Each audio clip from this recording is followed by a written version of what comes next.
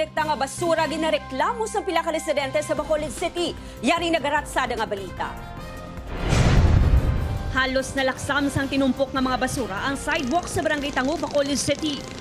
May mga nagalapta nga plastic bottles kag mga karton.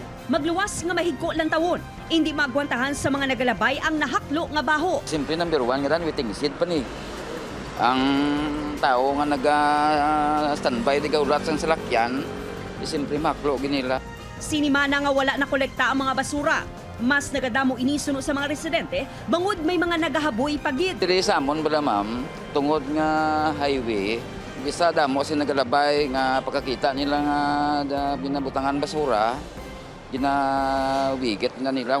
Ginpalabot na sa barangay sa LGU ang reklamo sa mga residente. Naghimo na siya nga international dam site kay hindi man niya taga-Tangob ang nagahaboy.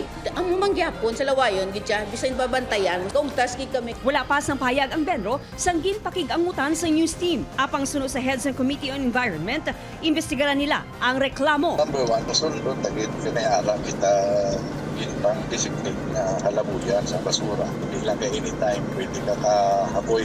Pwede ka gid matakop, bailan sila sa city legal o isang kaso. Upod kay Herald Eka, Aileen Pedreso ang naga.